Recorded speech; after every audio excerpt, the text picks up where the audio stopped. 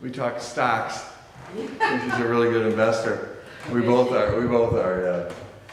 We both have done very well. But she started just 20 years ago. Yeah.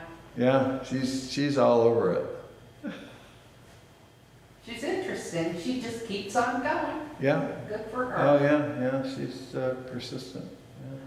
Yeah. Gosh, I Is Helen coming? yeah, but she had to have her teeth cleaned before. She and Lenny both have dental appointments. Yeah. So she's coming after that. Okay. I don't know about anybody else. Okay. I would make an appointment. This is the only class I have, and I would love it. Well, See, there well, you good. go. Yeah, that's nice. Yeah. Must be wonderful. It's amazing stuff, isn't it? I mean, really. It really Once you is. kind of get your toe in, it's yeah. I was hooked. In high school, I was hooked. Yeah, we had exercise class before this, so Oh, you and did? she was going right to get her teeth Keep clean. cleaned. Okay. When was exercise class? It's 9 to 10. 9 to 10, 10 to. So she'll be here. Is that the one that's in the library? Yeah, Yeah, that was the best one I thought of all of them that I see. it's enjoyable. It's so popular now. There are Oh, so yeah, many sure. people who go. Oh, great. Okay. But it's Well, it's the because she's so leader. good too. Yeah, Fran is wonderful. Well, the leader's 90% of it, right? Yeah. Yeah. But one man was celebrating his 95th birthday Yeah. today. Oh no, I thought he beat. Yeah, he did beat me. I won't be 95 until July. That is remarkable to me. I think it's wonderful. I don't know. I'm beginning to question it. Well, you might as well just keep going, see what happens. Yeah. Thanks. Yeah. I said to my trainer, a couple months ago, I said, when am I done? When am I done? She said, when you're we're done. That's what you're I said, I got to do this until then. Oh, you gotta keep. Yeah. You gotta keep doing it. Exercise. Yeah. You have to. Do you know, I was at my granddaughter's graduation this weekend, and it's kind of remarkable to watch the energy of that Kids. group and what they were doing. And Amazing. my whole family was there, so they all went out, and they were out till 2:30 in the morning. How wonderful. My grandkids are the same way. It's good for them because It they is. they I had don't know why anyone has to stay out until 2:30. I can't even think that. I used to be, I Especially if was you're never out. out, but I was up until 2:30, 3 o'clock, sometimes 4 o'clock in the morning. And I had an 8 o'clock class. I did that for 9 years. Yeah, Yeah. All my pictures when I'm in my 20s, early 20s, just dark circles. Well, I was like that Just all, exhausted. all through college. I was Yeah. up typing. My Yeah. father would be going to work Me at too. 4:30 in the Yeah, morning. you'd still be at it. And I'd be doing a notebook Yeah, or something. oh, I totally get that, yeah. And I worked full time. I So only worked it was ugly, but we all did it. yeah, We all did it. We're all I exhausted. loved it. I loved working in a dress shop. Yeah, I worked at a psych hospital. well, I don't want to tell you what I did. What were you doing? What was Jack Nicholson there? No, it's a great place. Yeah, it was a wonderful place. A teaching hospital, so we had learned a lot. Sure. What were you doing, Sandy? I was. Here, let me cover this. No, I worked in it was called the Child Care Center in, Oh, how nice. Philadelphia. no, my first job was in New Jersey. Oh, And our offices were in the city, in New York, okay. but the residence was where I worked most of the time, then I got sent to the city. Yeah. I did that, and it wasn't fulfilling what I had hoped, Mm-hmm. Yeah. but then I went to work in Philadelphia, That did and it. that, I liked it, but it wasn't easy. Yeah, dealing with really sick people. As my husband used to say, well, it builds character. Yeah, You know? it builds something. Well, he didn't Sure it like it does. though. scared the living daylights out of him. Yeah. Yeah. And now it's hard for kids to get jobs.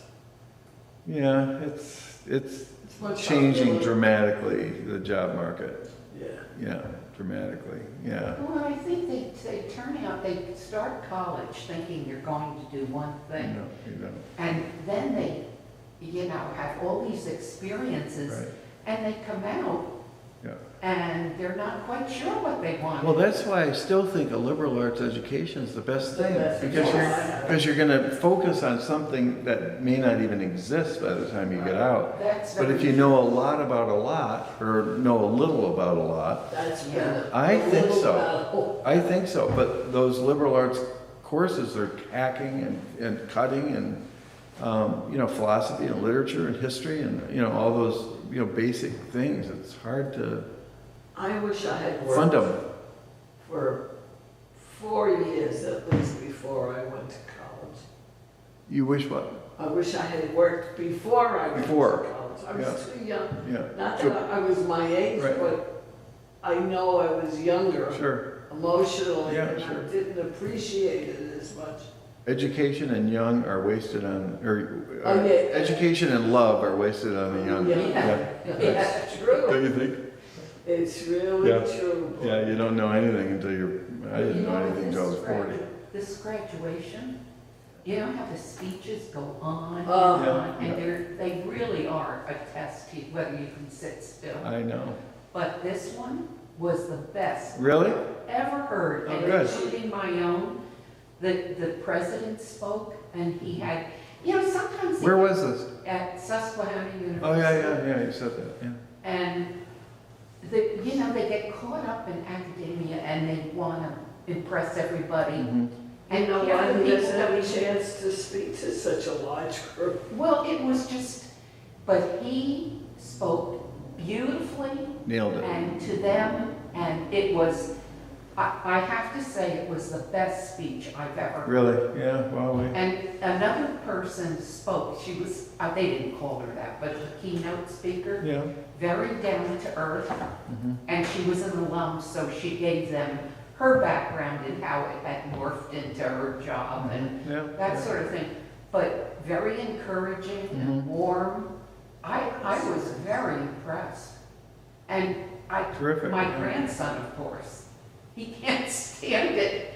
He I said, don't blame him. why didn't they stop talking? They just talked and talked. I know. Well, kids have a short attention span. Well, he's 21 years old, but he still can't sit still that long. Well, I mean that age, because they're on the phone, they're, Yeah. it's this. Gotta do away with the phones. Yeah, I was at Chase Bank this morning, and this kid, maybe 30, he's got my phone. I give him my phone because I've got, I'm changing stuff, and he's zip. Oh, zip. I can't. I didn't even know what he was talking about. Yeah. I said, I don't wanna know. well, I don't either, but I had to know today. So I said, you're using terms I've never heard before. What are you talking about? He said, well, I said, give me some examples. What would that mean? Yeah. And so he had to kind of explain it to me. A wallet, do you know what that is? Oh, yeah, I know that. I didn't know what that I was. never know how to get it, but I know about it, Yeah. and I know what it looks like, and Yeah. I know where it is, Yeah. but I don't know. I said, well, how would you use it? He said, that's your wallet. On your phone. It's your wallet. I said, how can I have a wallet on a phone? I said, I have a wallet. Yeah, it's He's a whole looking at, different- it's like It's a whole talking to an different alien. And I'm sure he felt the same way with me. Let me tell you, when Netflix first came out, Yeah. and I had my daughter's kids, and I'd be showing them all the old movies, but I would have to get it, and I would take a half. Yeah. And then my two kids would be doubled over Yeah, laughing, right, They'd say, Grandma, give me that phone. right.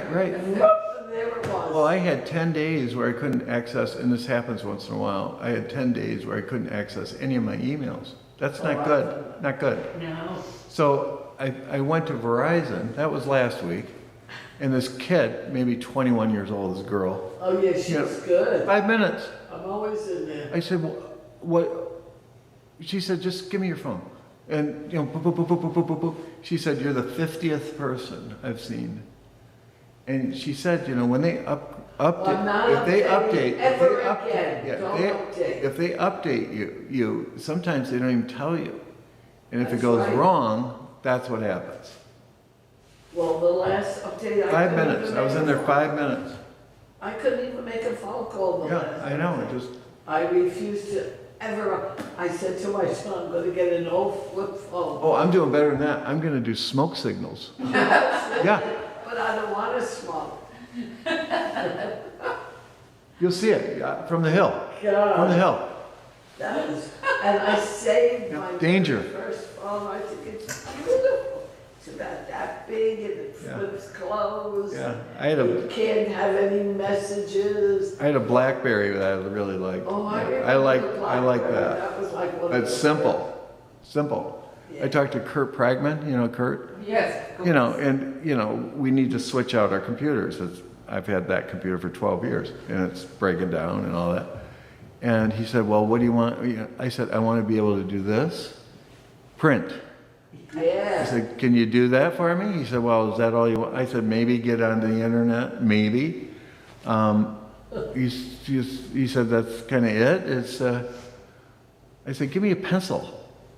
And a Well, piece of paper. Yeah, speaking of pencils, you know, NASA spent hundreds of thousands of dollars on a zero gravity pen that would work in space, right? You know what the Russians did? Pencil. Because they're smaller. You only need a pencil. You don't need a pen in space. You just use a pencil. So they save thousands and thousands of dollars. Just use a pencil. Yeah. You know, after a while, it's just, It's ridiculous. it's crazy. It is. Well, I don't want to waste your time on pencils. But I did want to ask a question to us. The book of Acts one way to describe it is that there's a movement from a Jewish community, right? So we have Christians who are Jewish. That's it, right? So it's a what would you call it? Like a sect, Oh, yeah. right? So they're going to start their own sect. Right. But throughout the book of Acts, there is this impulse to go outside of it. St. Paul, for instance, will go on what they call three missionary journeys. He takes a loop, he takes a smaller loop, takes a bigger loop, and then he wants to go all the way to Spain. He doesn't make it, but he gets to Rome. 3 different journeys, which is a lot of effort, time, and money, right? So he's motivated, Right. right? And he's walking. He's walking, or he's on a ship. Sometimes he's on a ship. Oh, if he got from the Mediterranean. By the way, Jewish people in that day and time, I don't know if it's true anymore, but Jewish people want to kind of hug the coast. They don't like going out I there. didn't know that. Yeah, they don't want to go out there.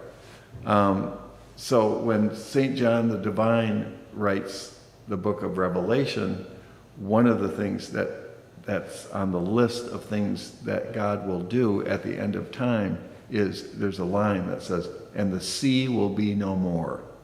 Jewish people are going, thank God.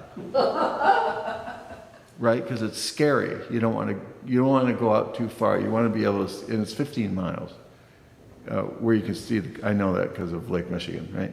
If you go out 15 miles, you can't see the coast anymore. So, because of the curvature of the earth, right? And but St. Paul will do it. He's on a ship, so his Jewish friends are saying, I wouldn't do that. So there's a motivation, in other words, even to get to the point where you're facing your fears, where you're going to go. Why would you do that? What could possibly motivate a person God. to, well, say more about that. Say more about that. I think Helen's probably here. I'll repeat the question. It's a really good question.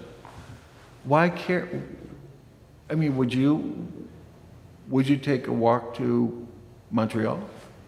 Would you walk there? Walk to Montreal. Yeah, would you walk there?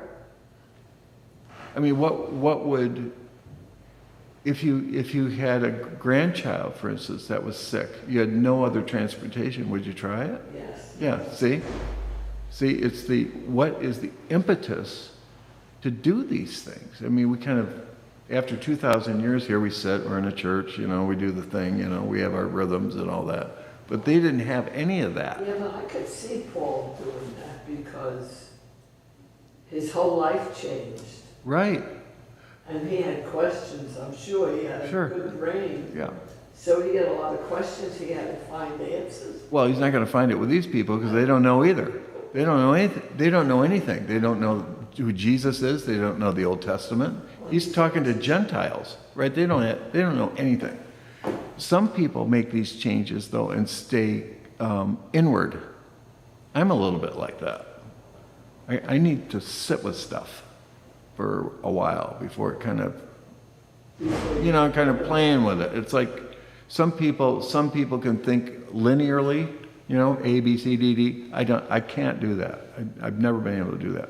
I learn by using a wheel with spokes. Yeah, I've always done that. You know, some people, they've studied this. You know, I'm not a freak of nature like my mother would call me, but you're a freak of nature, she'd say. I took it as a compliment. I don't know. Okay. So in other words, I need to sit with things and wait for these things to make sense. I talked with my. Isn't that part of maturity? No, it's just the way your brain is wired. It's how your brain is wired. So I took 90 credit hours, almost 90 credit hours my last year of seminary, and I was a really good student. And the president, and I was working full time. So the President Hoff, Marvin Hoff, he invited me out for lunch. I thought, great, this is terrific. You know, president, nice. I took him to my uncle's barbecue place. Pete's soon-to-be famous barbecue under $1 billion sold. That's on the sign. My uncle was funny. And so he went there, and I'm really looking forward to a lunch with the president. It's nice, right? He was mad as a hornet. Why? He said, you are making a mockery of this school. Why? He said, this is a highly academic environment, and it was hard. It's a highly academic environment, and you are making a mockery Why? of this place. Because I took too many classes and aced them all.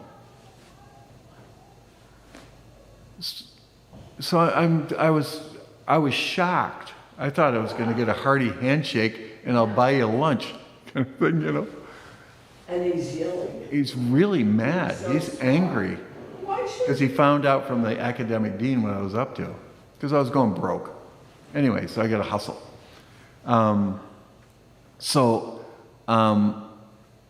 said to him, well, he said something like, can you explain yourself? And I said, when you do this, there's a point in me where all of the classes are one class. It's one class. I might be taking 10 courses at one time, but it's one class because it all relates to the wheel. Right. Yeah, but you had a good brain. You could not. Well, that's how my brain works. It's just how it works. So I like a lot of problems. I don't like one problem. I like lots of them because I like to see how they relate to each other, you know. Wonderful. So, but it takes time. Once you get it, you got it. And, you know, that did not go over well with President Hoff. But, yeah, that's what happened. That's what happened. Shame on him, though, you know. Well, that's the way it is. You know, you're in an institution. Institutions work like that. They want compliance, and if you don't comply, then you're an outlier or something. You threaten the institution. I get that. I run an institution. I understand that. I was so shocked when I went to college because their attitude, you want to learn, you learn. You don't want to learn, so Right. don't learn, who Right. cares? I came from a little high school. I didn't think it was that little. We had 500 people in every graduating class. But everybody was so warm and everybody knew everybody. Wow. And now I go to a school, that's why I said I wish I went to work for it. And the teacher asked me to put a question on the board in math. I went in as a math major. I love puzzles and different things like that.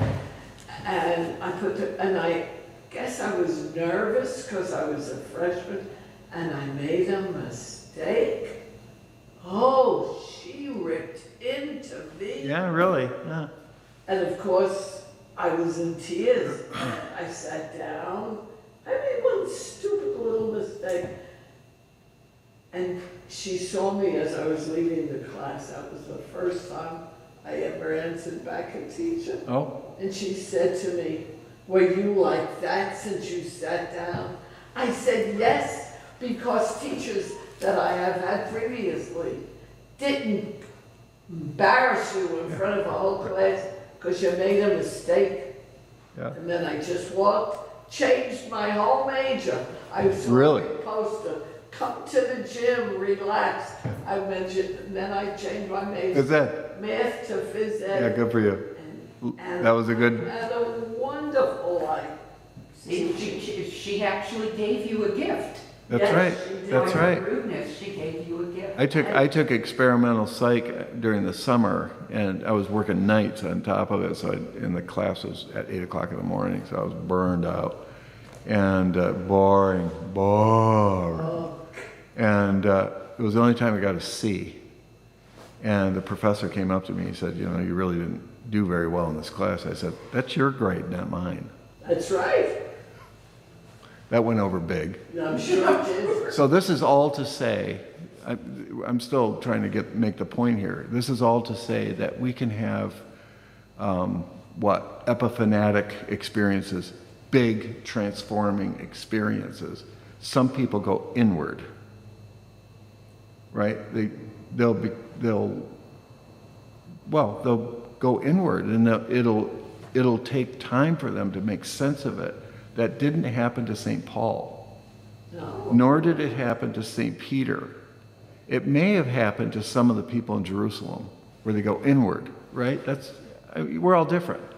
He wants to, and St. Peter too, both of them, they want to go outside of their sect, let's say. Right. And for me, these are the moments that you ask, what is the impulse to do this? Why would anybody do it? Why does anybody do any of that? Go from here to there and way out. They're going way, way out. I see that same impulse. Let's say if you believe in heaven. Not everybody does, but let's say you do. Okay. What motivates a God? Let's say a God, if you believe in that sort of thing. What would motivate a God to send a representative from that community here, to come here? What's the motive? Why would you do it? Well, Why would you leave your little conclave, your little gated community? There's gates in heaven, right? It's a little gated community, What is the impulse that would have you do that? oh, yeah. It's a good question, right? It's Yeah. a good question, and it's a very hard thing to do. Right.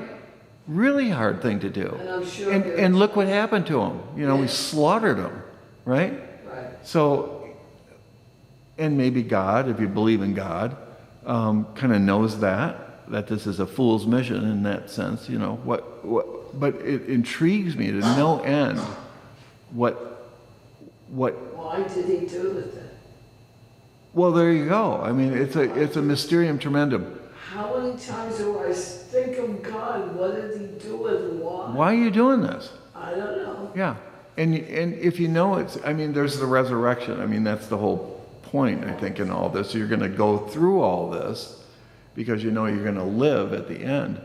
I think Paul and Peter and other missionaries who go out must feel that way too. No matter how this ends, I'm going to live. But still, I don't know if Peter thought that through.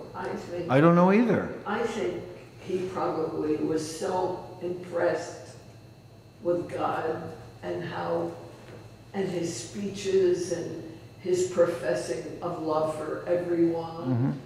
I think that kind of hypnotized Peter to bring him. And yet, when he denies him, Yeah, that was a bad day. Yeah, That was a really it was a bad day. very Yeah, that was a bad, day. yeah, you regret days like that. But that's the thing, you know. This is one of the reasons I believe in the resurrection of Jesus. It's not the resurrection of Jesus, but per se. I mean, any God worth his salt can do that, right? You know, I mean, how hard can it be? You know, I mean, honestly, why are you shaking your head, Sam? I know I'm odd. I love the way you say things. Yeah. I mean, if you're God, you can pull that off. You know, either that or get a different God. If you can't do that, that seems basic to me. Okay, so that, I mean, that's impressive. I don't want to downplay it either, but it's not. I don't consider that a big deal. The resurrection, the reaction of the people, that's a big deal, right? Because they're still reacting. Right. I mean, time after time after time, ordinary people, Paul's not ordinary, but the rest of them are, time after time after time, these kind of mice become world beaters. Something happened to them to do that. That impresses me. The resurrection, okay, I mean, great, sure. But, you know, if I were Jesus Christ, hey, Helen, how are you? We're talking about God being resurrected, and it's not a big deal. So, let's see your teeth. Yeah, they're Yeah, they look sparkling. good. Yeah, they look good. I'm so late because I thought I was just getting filling. Well, you know. I mean, I thought I was just getting clean. Yeah, well, I'm on for Friday because I just lost a tooth. He fixed it. Yeah, beautiful. I had chips. Anyway. Okay, I'll catch you up. We're talking about the impulse of this Jewish community who have become Christians, right? Jewish Christians. Why would they go outside of that kind of box? What would move them to do that? What would move any of us to get outside of our boxes? You know, what does that? Something. It has to be big. It's got to be big, right? For you to leave what's known and what you're comfortable with, and go outside of it. And then we talked about heaven too. How, you know, heaven did that too with Jesus. Since, you know, they throw him out of heaven, go down there with these, you know, people. You're going to get killed and everything else, right? But go, right? So heaven itself has this impulse. This community, the community of heaven, is going to help that community, which is pretty gutsy, don't you think? Yes. Right? I mean, To heaven, say the least. is it a choice of heaven to actually send somebody? Or did they have to do it? That's another good question. Do you have to do it? Do you have to send Jesus or whoever down there to help these? Who would want to come down? I know. It's the pits, right? Especially if you kind of have an idea of what, I mean, they're not stupid up there. I know. They have a pretty good idea. I've not been there, but I'm sure they're not stupid. They know what's going to happen, and yet they do it anyway. And then I think in terms of inversion, do you know that term? Inversion? Just flip it up, flip it, you know, and say, well, what if they didn't do it? What would happen to heaven if they didn't do that? Would people be worse than they are? I'm talking about just what would it do to heaven, not us, Oh, if you don't do it? What happens? I don't know. You become a ghetto. Really? Yeah, well, think about it. if you keep your gates closed, Oh, yeah, you're right? right. You become a ghetto. There's no change. No change, no nothing. Everything's great, Fascinating. everything's great, but everything stinks, It's stale. right? It's stale. Same way you can argue the same thing with like the Garden of Eden. Not enough. It's not enough. It's fantastic. Everything's there. Not enough. Right? Even the Garden of Eden is going to get stale. Creative people. You got to get outside of your box in order to thrive. You have to do it. Even heaven has to do I it. had a friend who was taking a course in psychology or something, I don't know what it, and he said to me, sign your name on this line. You got a lot of mean people in your life. I signed it, Yeah. and he said, you're creative. I said, how do you know? Because other people would just sign it in the box. I was all over them. Yeah, like John Hancock. Yeah. Yeah. Just do it. Right. Oh, that's interesting. Yeah, my mother saw my signature for the first time and she said, you better make something of yourself with that thing. Thanks, Mom. So we're talking about ghettos, right? And what impulse is required in order to get out of it, to get out of your situation. Same thing happened when the argument has been made that the Jewish people were at their best when they were roaming, when they weren't landed. Oh, that's interesting. Isn't that interesting? Yeah. They learned faith. They had more depth. They trusted. They had to trust God more. As soon as they got landed, they got the rot started. Right, a land of milk and honey. You can argue that, right? I mean, that theologians have said that, and that's intriguing to me. Yeah, as soon as you start locking it in, you're in trouble.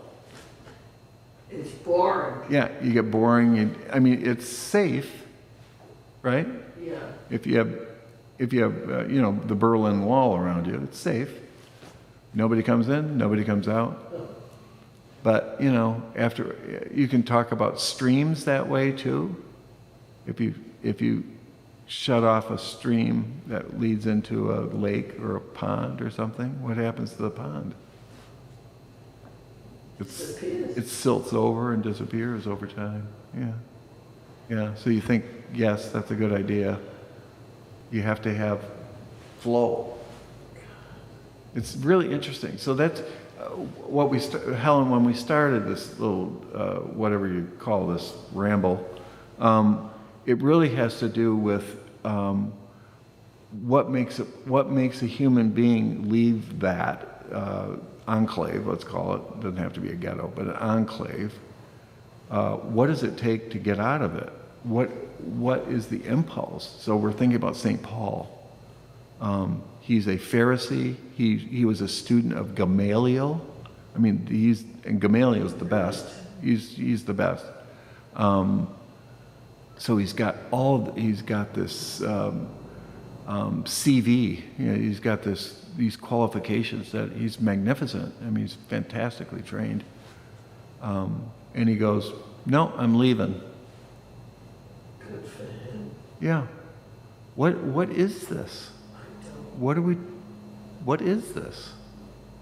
Well, he did get struck down on the road to Damascus. Right, okay, so there's that. I mean, but that's not likely to happen to every person, but. Step away from Helen, please. Step away. No. Step away. For the lightning bolt. Step away. But he could have reacted the opposite way. That's what we're saying. He could have gone inward. He could have gone inward and been a hermit. Right. There are stories of that too, right? Gotten on a horse again. Yeah, and I'm gonna sit on a pole for the rest of my life. A stylite. These people, stylites. These hermits that would live their whole lives on top of a pole. Yeah, and people would throw food up to them, and they'd be up there for years on a pole. Yeah, stylites. Yeah. Tempting, but no, thank you. No, thank you. Right? So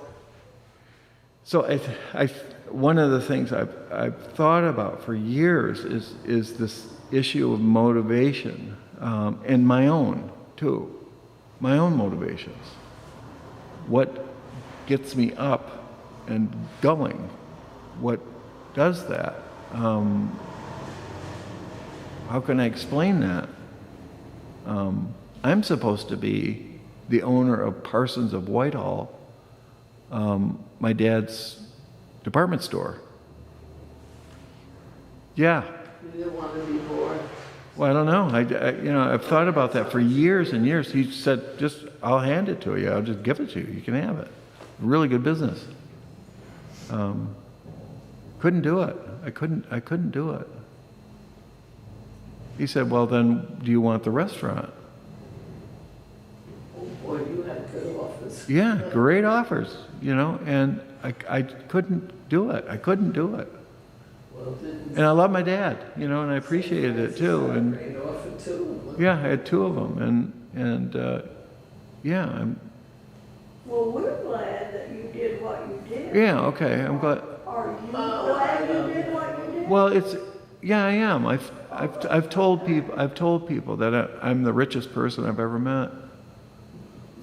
I am. I'm the richest person I've never met a richer person than me. That's one. I've felt that way for a while What now. more can you ask? I know. That's what made you do, I know. There's a calling, I think, in all of us in some way, Yeah. A calling. do Right. what you do. Well, that's what some preachers will tell you. Well, that's John. They're called. That's John Calvin. Everybody's got a calling, Yeah, everybody not just in the has a ministry. The Episcopalians across the street, they would even say your calling is to be a human being. I've heard my Episcopal friends say that. That's interesting. You're called to be a human being. Isn't that interesting? I love that kind of stuff. Don't you think everybody sort of has, it's a feeling, but a calling to say, no, you need to do this Yeah. or that, Yeah. whatever. Because I haven't made that many decisions, as far as my career is concerned. They've been decided for me. Come on over here, including this place. I have never had to apply for a job. Yeah. I always was offered. Even as I went from a teacher all the way up to a high school principal. Right, sure, I believe it. Every 7 years. Yeah. And it was always 7 years. That's And then interesting. when I was thrown out, it was 7 years. 7 years. Perfect. It sounds like one of the dreams of Joseph. You're going to have 7 years of plenty, and then 7 years of drought, and then 7. Oh, was I right? shocked. 7 years, see? Yeah. So in one day, Magic number. Everything changed. Well, it's not the worst thing in the world to get fired. I don't, It can be a compliment sometimes. well, they convinced me to retire for a new job. And Yeah, it's yeah. only I had to hand in my resignation in order to get, and I believed them. Yeah. And I said, sorry. And that was because the chancellor was afraid I might want his job. And I wouldn't have his job. For love nor money. Well, that was a very extremely long introduction, but I think it's underneath this stuff is what's going on. It's not just the stories themselves, and they're interesting, I think, but it's these impulses that are down here, and then the question for me is always, well, what about me? Is this just a book? It's like, reading about, Martin Luther or C.S. Lewis or something. That's their story. It's not my story. Or is it my story? Is it mine? Am I? Yours is more interesting. Well, is all of us, not just mine, but can anyone kind of enter it? That's also I would say a very important theological question. Is this just, like a history book? In some ways, so what? Okay, great, you had a great history. Or is it really intended to be lived into? It's a huge question. And I think the answer is yes. You know, It's a weird book that way. listening to you today is gonna take up a whole week of me thinking about all the things you brought up. Well, I'll give you a little wheel for you as a gift so you can play with that, Very right? much. You play with that. Yeah. You see what I do on my porch while I'm smoking cigars. So, yeah, I've thought about this since I was in high school, really, this stuff, these whirls, you know. So I thought I'd give you the same nightmare. Well, all right, so we've had some traveling now, and we've met Lydia, and Paul's been out, and Peter's been out, and so on. Let's take a look at Lydia, one of my favorite characters in the Bible, and that's in Acts chapter 16. 15, did you say? 16. Why don't we just start at verse 6? And we'll read 6 to 10, and then we'll read 11 to 15, something like that. Try that. See what happens. So they're mucking around in Macedonia. Sorry. Some of you want to read 6 through 10? All right, don't try it, but that word. Just make up anything. Poughkeepsie. Just say Poughkeepsie and, whatever. They went through the region of Phrygia. Phrygia and Galatia, Yeah. having been forbidden by the Holy Spirit to speak the word in Asia. Oh, When they had come opposite Mysia, they attempted to go into, oh golly, why did I call it? Bithynia. Yeah. Just make it up. It doesn't matter. But the Spirit of Jesus did not allow them. Uh-huh. So passing by Mysia, they went down to Troas. During the night, Paul had a vision. There stood a man of Macedonia pleading with him and saying, "Come over to Macedonia and help us." When he had seen the vision, we immediately tried to cross over to Macedonia, being convinced that God had called us to proclaim the good news to them. Okay, so we've got the Holy Spirit is saying, don't go here, don't go here. Paul will have a vision, go here. I mean, there's a lot of intuition going on here, right? Has that ever happened to you? Have you ever made a big intuitive decision? Yeah, I've made some. Yeah. I've made a few. Where you see the information and you decide from here, not here. I don't recommend that all the time, by the way. There are times where you just say, I'm going. Yeah. Right? Or I'm not going. Yeah, usually not going. Okay, so here we go. 11 through 15. Somebody want to give that a shot? There's hardly any crazy names there. There's a few. I'm lost. Do you want me to continue? This is Acts chapter 16, 11 through 15. Want me to? Sure. Yeah, sure. Okay. We set sail from Troas and took a straight course to Samothrace. The Samothrace. following day to Neapolis. Yep. And from there to Philippi, which is a leading city of the district of Macedonia and a Roman colony. That's right. We remained in this city for some days. On the Sabbath day, we went outside the gate by the river, where we supposed there was a place of prayer. And we sat down and spoke to the women who had gathered there. A certain woman named Lydia, a worshiper of God, was listening to us. She was from the city of Thyatira, maybe, Sure. and a dealer in purple cloth. Oh, The Lord opened her heart to listen eagerly to what was said by Paul. When she and her household were baptized, she urged us, saying, "If you have judged me to be faithful to the Lord, come and stay at my home."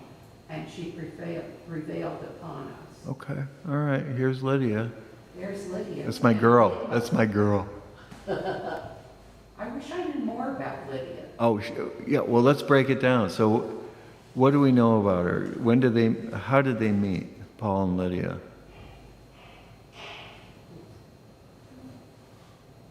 They met by the They were all river. out worshiping, Yeah. supposedly. No, they were down at the water. They were down at the river. Yeah, They were down at the river. Oh, that isn't where they went. They weren't worshiping. No. No, they're just down at the river. That's where the women went, maybe to clean their clothes or something.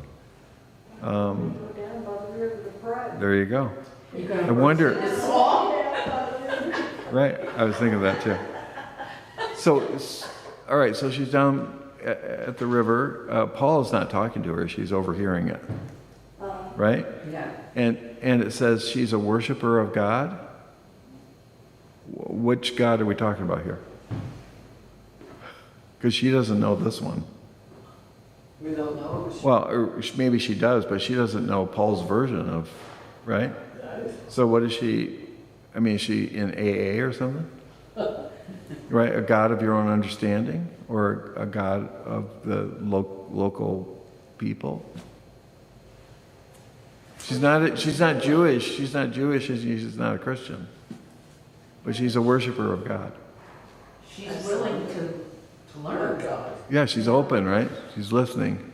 She must have trusted them an awfully lot. Yeah. But say, come and stay at my house. She Well, just that's later. That comes. That's not. We're not quite there yet.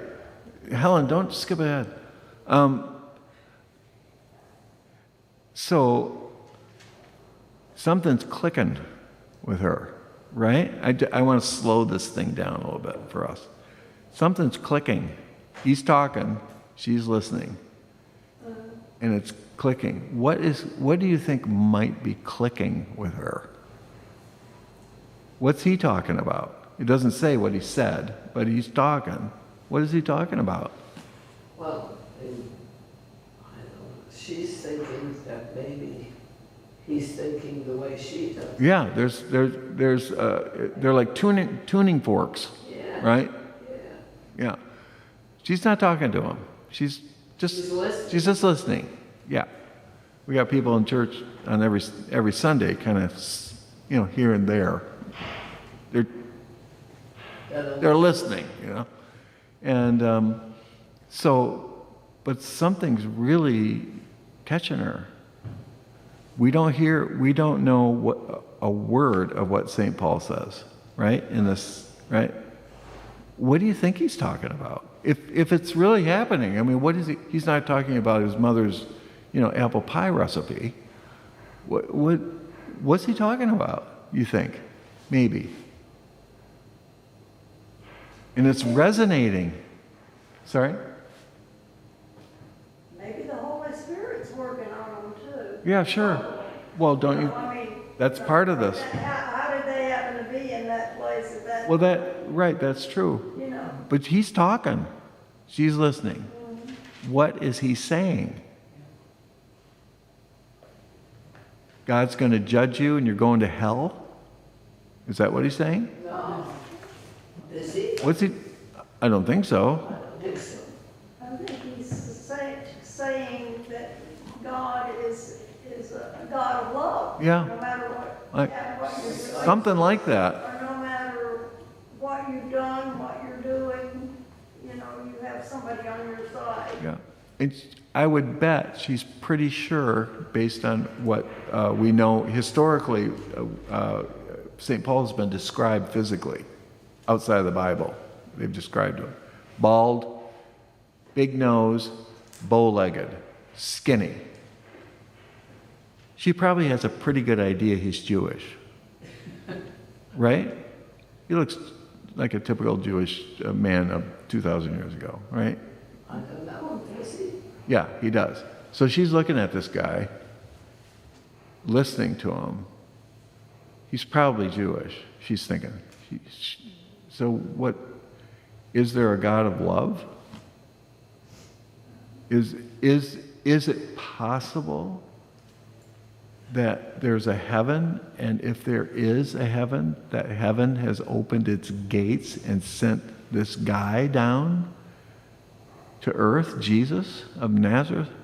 He's probably talking about him, don't you think? and what that might mean for us. She's living, it's other women that are there too, right? So she's hearing it. And it's ringing bells for her. Like, this makes sense to me. She's already a worshiper of God. I wonder if that was her hope, that the God that she was worshiping would be like that. And sure enough, St. Paul comes in, thanks to the Holy Spirit, they have this meeting. What I hoped, according to this guy, happened. And she goes, I'm in, right? I'm in.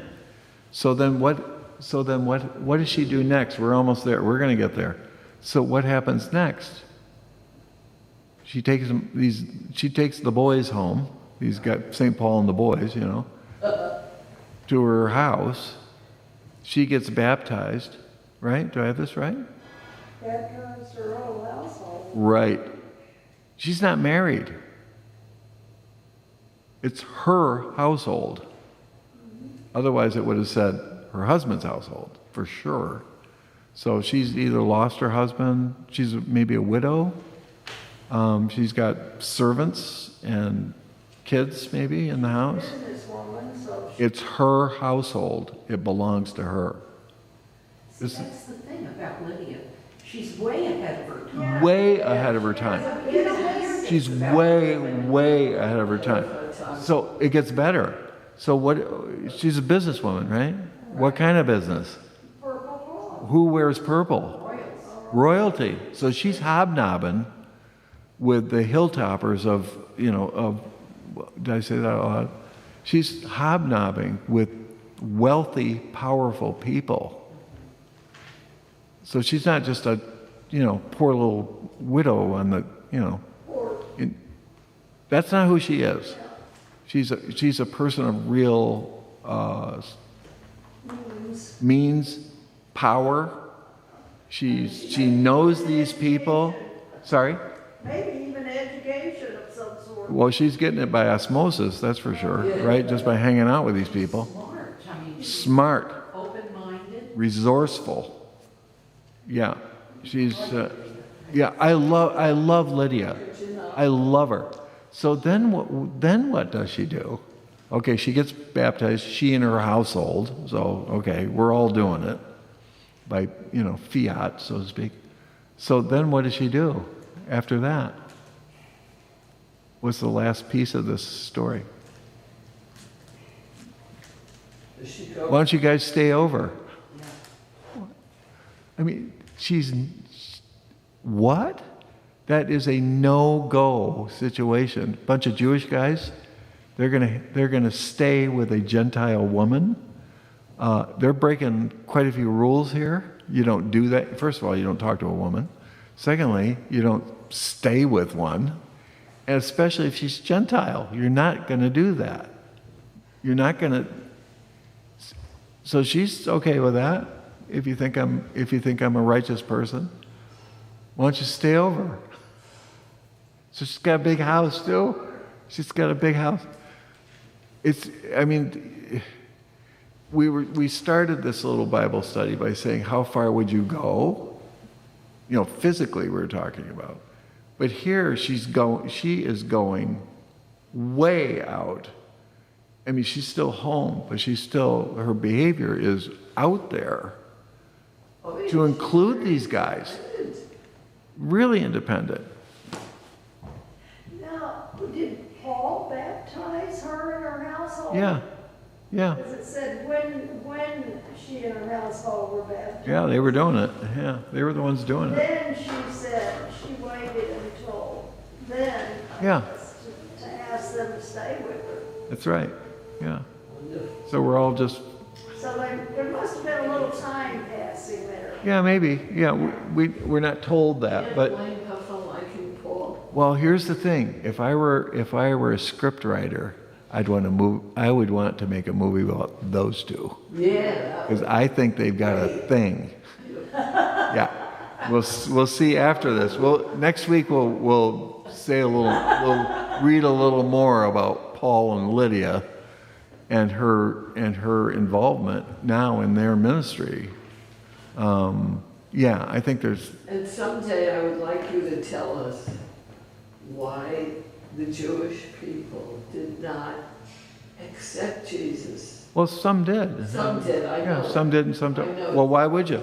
Why did not accept him? Especially since they believed in Abraham so strongly. I know. And Abraham described just what he would be doing, and he described it. Well, let me ask you this. What would be the likelihood of Trumpers to become socialists? A Trumper. Somebody, a follower of Trump, to move from that to being a socialist. Never. There you go. There's your answer. Right there. That's your answer. Yeah, there's your answer. Same Yeah. thing. Yeah. Now, the great thing about this issue of some Jewish people, maybe a lot of Jewish people, not accepting Jesus as Messiah, the great news is Jesus doesn't care because he loves them. Yes. That's the point. If it went the other way, we got problems. Right? We got problems. Yeah. That's the ubiquitous nature of the grace of God is we're going to be okay because, we are not ultimately in charge. Thank God. Yeah. Paul then, even though he was so taken with Lydia and seemed to accept her and have her help them and everything, he didn't always talk so positively about women. That's right. In his That's a good one. letters to all That's these right. Well, that's how he was churches. raised. That's the only thing that makes me a little bit off with Paul. Well, is Paul? He's Well, not my favorite. well, right. I've got problems with Paul too, but I think a lot of people make the mistake that thinking when Paul speaks, it's God. It's not. It's Paul. You have to separate that out. A lot of people will quote St. Paul as if St. Paul were God. He's not. Right. We're going to stick with Jesus. Thank you very much. And also, that's the way he was brought up. Exactly. So But it's hard for him to suddenly love women. well, here's my theory about that. When Paul is first a Christian, right? He's got all this background. He will say, in Christ now, there's no Jew or Gentile. There's no male or female. There's no slave or free. He's got this list, right? This is what it means that there is equality in Christ for all of us, right? You with me so far? Here's my little theory. Go ahead. So he goes from that to now there are many women running these little churches. They're the pastors of these churches because there's no male or female free, right, slave or free or anything. So we can take charge. So we know that a lot of women were running churches. We know that. Guess what happens when that occurs? Rome goes, what's that? Rome does not like change. No. They don't like it. You don't want to say, hey, we're over here. You want to be on the down low with Rome. If there's any significant change in any way, that's what did Jesus in, I'm over here, thanks a lot, you're on a cross now. I think Paul saw that, and for political reasons, he said, women can't preach in churches, or we're all going to be dead.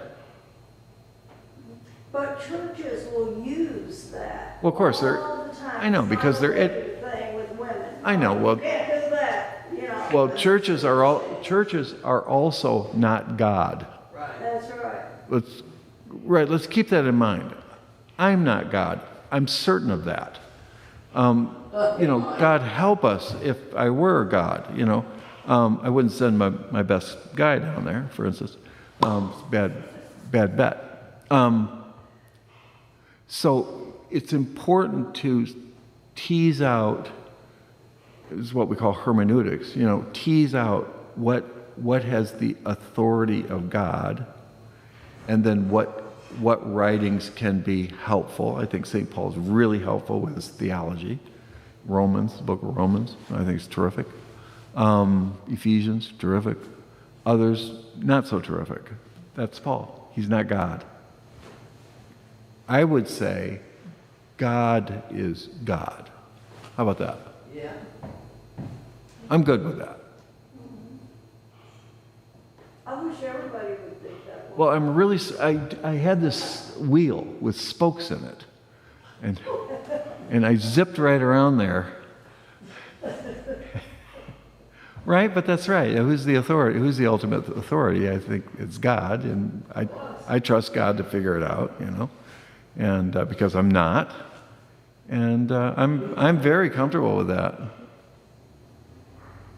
We wouldn't be sitting here if we didn't think God was God, I don't think. Right, but some people get it mixed up. They read the Bible, they're not very good readers, let's say.